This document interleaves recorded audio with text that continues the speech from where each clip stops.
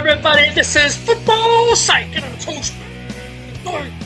It is Lord Sarge. All right, guys. Well, welcome to Football Psyche. We got a lot to know because it's NFL Honors Night. Right, the music starting again. We got a lot of clapping going on. I can't even hear myself think, but it's working.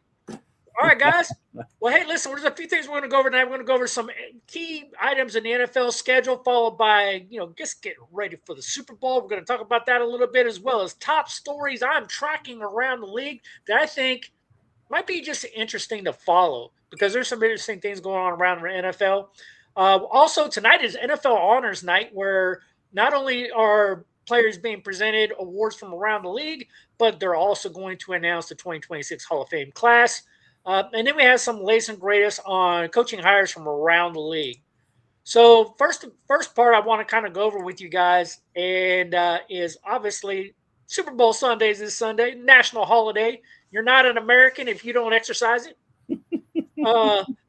We also have the NFL Combine coming in up here starting at the end of the month, from 23rd February through March 2nd, followed by the negotiating period starting March 9th. And then my favorite time of the year is when free agency starts March 11th. Yeah. It's the beginning of the new league year, because that's when, to me, that's when you really get to see what teams around the league are really, really going to do and how we're going to do it. I always say you can't win the regular season unless you win the offseason.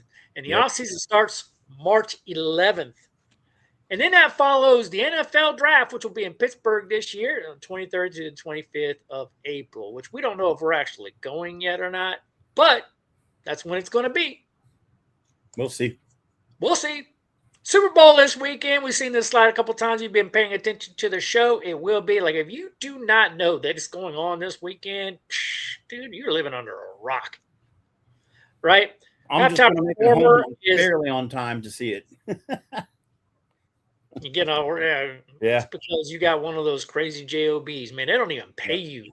Really, I get some Jack Daniels brisket waiting for me to heat up. That's gonna be Jack Daniels brisket. Yeah, man, I've come over to your place, bro. That's what I'm gonna be doing, man. Coleslaw and brisket. That's my Super Bowl meal. Got to trim some. You don't do that when you're working. You're gonna be doing it while the game's on. Yeah, man. I'll tell you what you need to do, man. You got to get out of your house. You got to go to an actual sports club so you can meet football fans. You can tell them about the show. You can be like all hyped up. And man, dude, I'm gonna be talking football all day at work. I'm gonna be footballed out by the time I get home. I'm sitting at home, putting on the big screen, eating me some brisket, falling asleep probably. And then I'm turning off. I am gonna turn off the halftime show. That's right. I'm gonna watch the Kid Rock extravaganza on wherever the heck it's at. I am not watching what they're putting out on halftime. Then I'll dive back in. So I'm going to have that kind of going on in the background, maybe, but I'm also going to pay attention to the All-American halftime show that's being put on out there. So you can always watch that by watching YouTube. I think a lot of Americans are going to be watching that, so they don't have to listen to the nastiness of Bad Bunny on there. All right, anyway, some interesting stats about the matchup for Super Bowl weekend. You're talking about points per game, the second greatest team in the NFL going up against the third greatest team in the NFL. And the point spread is like so freaking narrow. Yeah. Patriots got them slightly on yards per game. Time possession, okay, Patriots. I mean, they're both in a 60-minute football game. When you got 31 minutes, that's not a big deal to me, right? All right. Total defensive sacks, Seattle, 7th in the NFL versus the Patriots, 22nd in the NFL. That's a big stat. Mm-hmm. How about total defensive interceptions? Seattle, 5th in the NFL versus the Patriots, who are 18th. Like, you would think defensively, the Seattle Seahawks have a better defense, but the turnover differential for the Patriots, much higher, 10th in the NFL with a +3 turnover differential. Yeah. Very, very interesting. Yeah. The stats run pretty close. Here's your team leaders from around the league. of particular note, 23 touchdowns versus 8 interceptions for Drake May compared to Sam Darnold's numbers. 25 touchdowns to 14 interceptions. Yep. I mean, Drake May has had just a better season all around statistically when it comes to completion percentage and the touchdown to interception ratio, right? Because 3-1 is what you look for a big quarterback, where Sam Darnold is like 2-1 on that ratio. Mm-hmm. He's not even throwing for 70%. So, you know, I mean, I got to hand it to Sam Darnold. He got his team to the Super Bowl. I mean, I wrote Sam Darnold off so many times, and here he is. He made it to the Super Bowl. Yep. Rushing leaders, not really impressed with either one of them, because if you can't get 1,000 yards when you're playing 17 games, I mean, that used to be a big deal when they only played 12. Yeah. So, like, I don't get overly impressed by running backs who can barely run the ball, and that. But receiving, I don't even know how to pronounce this guy's last name. Smith and Jigba. Njigba. Yeah. 119 receptions, 1,793 yards, and 10 touchdowns. Dude was balling, man. He's crazy, man. Compared to Diggs over there in the Patriots, who, I mean, 85 receptions is good, but he only caught 4 touchdowns on the year. Yeah. 4. And barely cracked 1,000 yards at 10-13. Drake May spreads it around quite a bit. He Yeah, was their I top guess guy, he but does. Drake spreads it around quite a bit. I mean, when you have that kind of touchdown to interception ratio, I mean, and then your leading receiver only has 1,013 yards, you're spreading the ball around a lot. Yeah. That means there's a minimum of 4 receivers, probably 5 or 6 that are really kind of getting all kinds of targets from you, right? Darnold lights up Smith and Jigba like nobody's business. It's quite obvious that's. I mean, they're out of double teaming him. I mean, out of the 25 touchdowns he's thrown this year, I mean, 10 of them went to. That's right. Smith and Jigba. I mean, that's pretty huge. You know, it's huge. So he's going to be double and triple teamed, which means I expect to see the Patriots pick up some turnovers off Darnold. It's going to make the game interesting. Yep. So then we have our injury report here. So the big thing to pay attention to here is offensive line wise. You know, they're for the Seahawks, they're looking fine. Everybody full participant or did participate. I mean, I don't see any injuries on the Seahawks side to be concerned about. And I could say the only thing I'm seeing on the Patriots side is Spillane. Mm-hmm. He did not participate, you know, and to me, yeah, it's a loss. But they do have plenty of other weapons. So from an injury standpoint, I think both teams are okay. Yeah. Going into this week. Not bad. And, you know, it's kind of surprising, actually. I mean, the bye week obviously helps work on some of those bumps and bruises and stuff like that. But, like, teams are usually kind of beat up by the time you get to this point. Yep. There's a lot of teams right now, called 30 other teams right now in the National Football League who are on the couch. Who are going to be eating ribs like you are. Yep. For this game, right? Licking their wounds. They're in Cancun, baby. Cancun. I don't know, man. Is it safe in Cancun right now? Yeah, that's where they go. They're on the beach. So I kind of want to show you guys, here's some of the top stories I'm tracking from around the league that I'm kind of interested in. It's not an all-inclusive list. It's just kind of things that I look at the league. I'm just like, you know, I'm just kind of curious and like how these stories develop. To me, Breece Hall as a running back, like that dude was on a trade radar last year a lot. Now he's a free agent. And the Jets do have the salary cap space to bring Breece Hall back. Will they? I mean, will they? Because he's pretty much like, if I'm staying a Jet, you're going to pay me. Mm-hmm. Otherwise, I'm hitting free agency. And it's going to be very, very interesting as we move up to March 11th, whether Breece Hall stays in New York or not. Or does he kind of dip his toes in the free agency market and see what's happened? Because I think there's going to be a huge market for the kid if he does. Another one is, I mean, I don't know if Travis Kelce, I don't think he's still dating Taylor Swift or not. I don't know how close they are. They're still a thing? Are they getting married? Yeah. They're engaged. That's what I heard too. But I heard it was kind of like on again, off again. Like they've had some issues. I didn't hear so that. Like, I don't know. But anyway, there's all kinds of stuff saying about he's retiring. He's retiring. Travis Kelce actually has not submitted his retirement paperwork. That's right. He has not. So it's leaving the people curious. Is he going to come back for another year? Does he have more football left in him? He left Maybe. uninjured this year. I think he's going to do one more. You think he's going to do one more? He left uninjured. If he was hurt, I'd say, yeah, he probably steps out, but he wasn't. No, it I wasn't. think he comes back. The team sucked. But I think he's got a chip on the shoulder. He wants to come back and go out on a high note. okay. I think you depends on probably want to Mahomes, let too. Taylor Swift sing a high note and then be done. But Yeah, well, hey. another story I'm watching is Mike McCarthy got the head coaching job at Pittsburgh. I'm kind of curious on whether or not he is going to be able to pacify that ownership group who they pretty much expect you to be in the playoffs every year, but they expect you to win like regularly. Like having a winning record and making it to the playoffs is not good enough. I'm kind of curious if Mike McCarthy is the answer. He never did it in Dallas. Right. He can never get him over the hump in Dallas. So it's going to be an interesting story to watch. Jesse Minter, also another interesting story about how he turns out in Baltimore. Not sure that's an upgrade over John Harbaugh, but we'll see. Yeah. My most interesting draft story is where's Jeremiah Love end up getting drafted.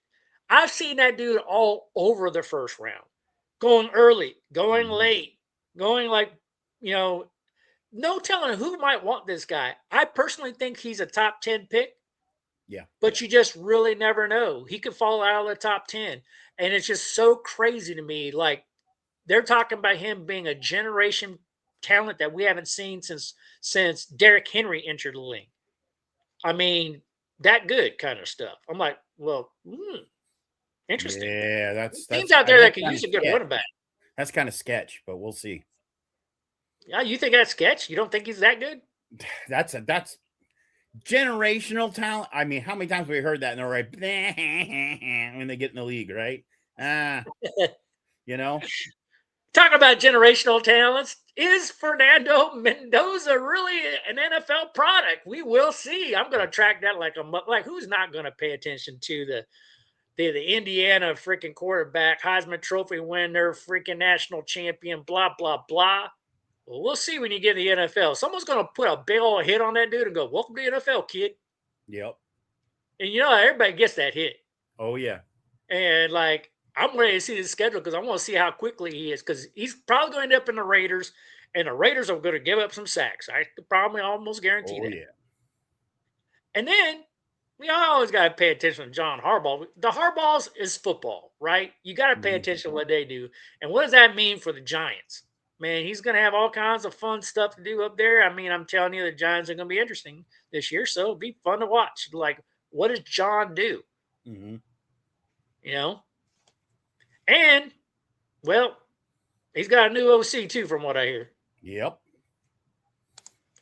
With that, tonight, ladies and gentlemen, I know if you're not watching this tonight, it's probably yesterday or probably by the time you watch this show. But you can probably catch those videos that are out there. But at the time of this filming, it is happening tonight at 9 p.m. Eastern time on the NFL Network. It's also being shown on NBC, Peacock, and NFL Plus.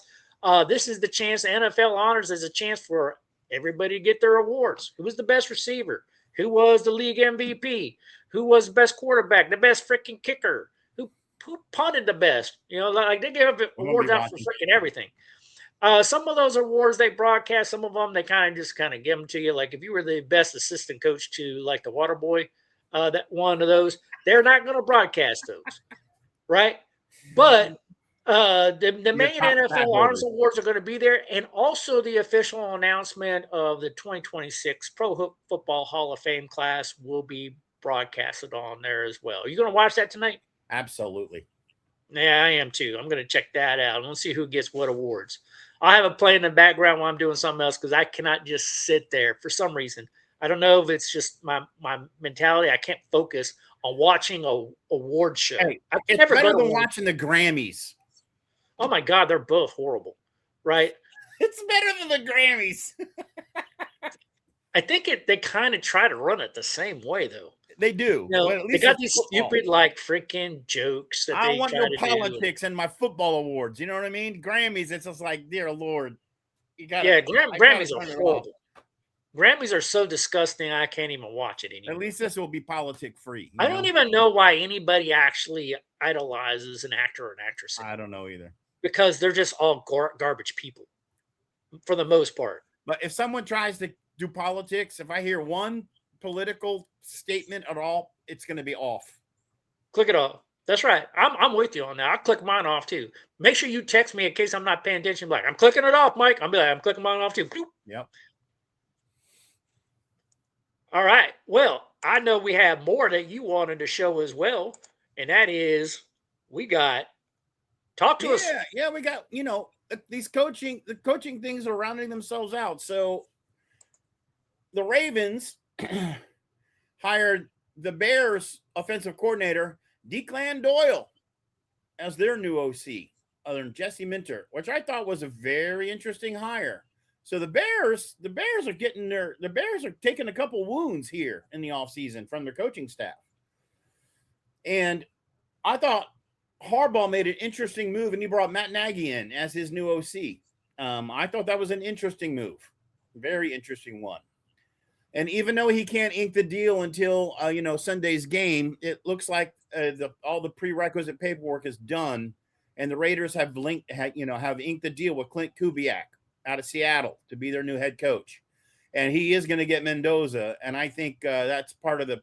I think that's the the sugar on the deal, and I think Kubiak with Mendoza, there's something to work with there. I think the Raiders might actually do something. I think Kubiak's I tell you, I should add this to my story of things to watch because I put the Mendoza story as a story to watch. But this Clint Kubiak one, even prior to this, I think I should share it with you, part of Raiders Nation stuff and things like that. Like Raiders Nation is very, very high on Clint Kubiak. Yep. I don't follow the Raiders enough to know why they're so high on him, but they are super high on him, almost to the point like they will revolt if they don't hire this guy. And I'm just like, wow. I mean, they definitely comparisons to Madden, like the kind of psycho, like they interviewed Seattle players about what's it like to be coached by Clint Kubiak, and it's kind of like he's kind of a. I won't get into it tonight. He's a Madden 2.0. Huh? He's a Madden 2.0. Well, yeah, he's kind of psycho hard on you, but then he's also a really good coach too, right? It's like both ends of you don't know which one you're going to get, but he's a real disciplinarian kind of, which is that fits Raider Nation perfectly. I should be a Raiders coach. Clint, call me up, man. I'll come work for you. The Cardinals bring in Mike LaFleur. So both LaFleurs are hired now, which is interesting. So you got Harbaughs and LaFleurs in the league. I think that's a good fit, actually, for the Cardinals. They need to change of pace down there. The Niners hired Raheem Morris. We were wondering where he was going to go, and he's the new DC for the 49ers. I think that's a good move by them. You know what? I actually really thought Raheem was going to take another head coaching job. Yeah. I'm kind of surprised that – I mean, he is coming out of the last job he was in, so maybe he needed to do some DC time before he gets another head coaching opportunity. Yeah. But I thought that we were wondering what was going to happen with Brian Dable, and he is their new offensive coordinator for the Titans. That's not a bad hire by them, I don't think. No, I think that's a good hire. Probably the most shocking, kind of like with the Ravens, it's like the Bills promoted Joe Brady, their offensive coordinator, to be the head coach. It's like if you were going to get rid of Harbaugh, you had to get something better. And who was better than Harbaugh? Like anywhere in the league, right? That was available. So they promoted Joe Brady. So good on him. Good on them for hiring within their organization. But is he really the guy? Like, really? We'll see. Well, the Bills had McDermott. And so like Joe Brady, I'm not sure if they're really changing the schematic in Buffalo. Right. So like, Now, how do you do better than McDermott? I mean, is Brady better than McDermott? I don't think so. I mean, I don't know, but like, I don't know. Sometimes it's personality, right? Like you Yeah. don't know if the head coach pissed off the owner or whatever, right? And said, "Dude, you're out," and promoted from within. There's sometimes I actually don't mind promoting from within, right? Like there's Yeah. times where I think that works, right? Instead of just the freaking coaching carousel where everybody kind of just changes jobs. Everybody still kind of stays in the league, and But I it's mean, if just you like, were why looking not for, promote from within if you actually like what your coordinator is doing? but if McDermott wasn't getting the job done and his number two is of the same system, and you want to shake up the system, then promoting from within really doesn't seem to me to be enough of a change to get Unless to where you want to unless go. unless there's not a problem with the system and you're just having a problem with the coach, Yeah, that could be it. right? Where you're just like, listen, I think you're the one holding us back, Mm-hmm. right? I'm gonna pluck you out and I'm gonna promote from within.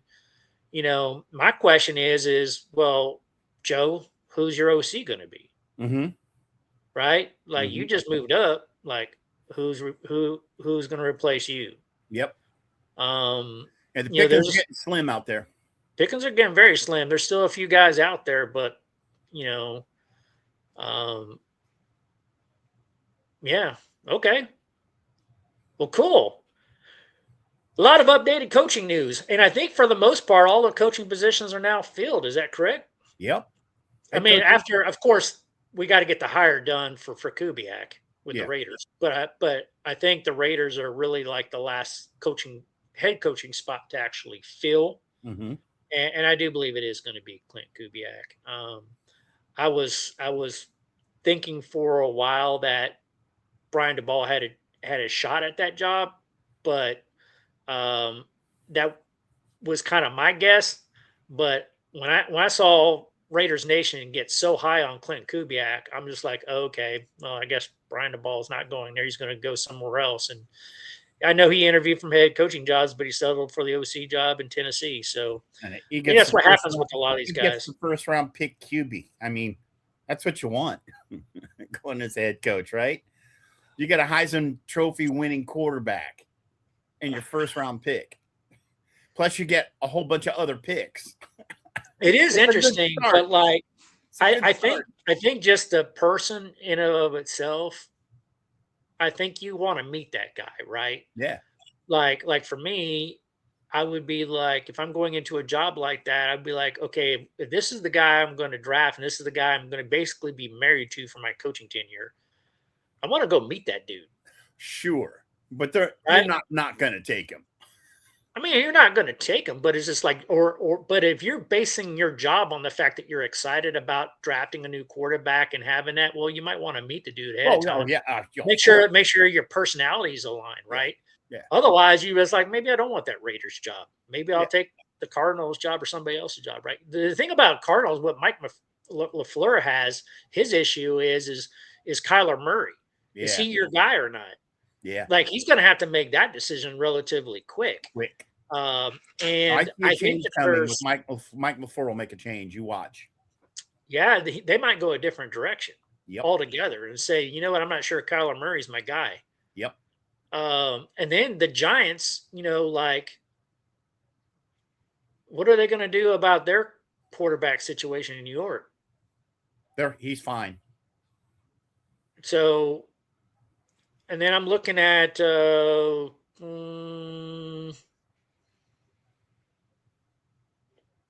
these are interesting moves. Yeah. Is there one particular one on here that you're like excited about seeing? How it pans out? Cardinals. Mike LaFleur going to the Cardinals. The Cardinals need a rework, and I totally agree. I think the quarterback is a complete question mark there. Their OC is gone. The Detroit hired the OC, so LaFleur's got to bring a new OC in. He's got to bring a new DC in, and I think they need a new DC. I got to check, but I think that's a complete question mark. That's like going to be a new team. Yeah. To me, I'm very interested in the Ravens kind of thing. I'm really interested in what Jesse Minter's going to do in Man, Baltimore. the I think Ravens that's going to be. I think they have a chance to be a playoff team getting out of the gate. Like Jesse Minter, if he can kind of get that system, whatever system that they're going to run in place, and really get all things clicking. I mean, they've got a lot of good pieces in Baltimore. Yeah. So like Jesse could come in there and you could look like a rock star coming out of the gate, getting a team to the playoffs and be like competitive. Like He's really got the player competitive. personality. Yeah, he does. So to me, that's going to be a fun one to watch. Obviously John Harbaugh with the Giants is interesting. Clint Kubiak, okay, I'm not a believer, but it sure seems like everybody in Raiders Nation's a believer. Like I've never seen a fan base so high on a coaching hire before. Not year one, but year two, he might have a team. Depends on how he does in the draft and free agency, right? That's Yeah, a I think rebuild so. team. That's a rebuild team, but you got a good coaching staff. You put a program together. I mean, you get a few more wins. You're finishing the top 10 of the draft. But following year, you're competitive. Yeah. So, all right. Well, I love it. So, I will tell you, everybody, pay attention to the show. I know we didn't do a show the past couple of days because I've been a little under the weather. I think I'm getting some of my strength back here a little bit. So excuse me for not doing a show the past couple of days. But we're going to get back on track. We're going to try to do a show tomorrow. And we're going to be looking at potentially doing these shows live. If that's what you guys prefer. You just need to put in your comment sections that Large Sarge reads all the time, right? And say, hey, I would love this to be live so you can participate in the NFL shows. There are things that we are probably going to do live. Like I'm thinking about having some of these events that we do that we're commentating on be live, like the draft show, maybe live stream that. We'll probably do some other things that are live. Yeah, that's going to be live. Maybe we'll give some live streams about during the combine. We'll try to do something. Hey, what do y'all think about the wide receiver groups, the running back groups, things like that? If you guys are interested in that, please put that in the comment section. Like we want to be able to provide content that you want to talk about and participate in. So if that's it, get your little fingers working. Say, bring it on, and we will do that. So what do you think, Lars Sarge? I think it's all good, man. I want to see some awards tonight. All right, make sure you guys tune in. NFL honors are tonight at 9 p.m. Eastern Standard Time. And this is Football Psyche, baby. We are out of here. All right, y'all take care. We'll see you soon. Hey, you guys like my NFL Pro Football Hall of Fame hat? Because we're going to announce the class tonight, baby. Let's go.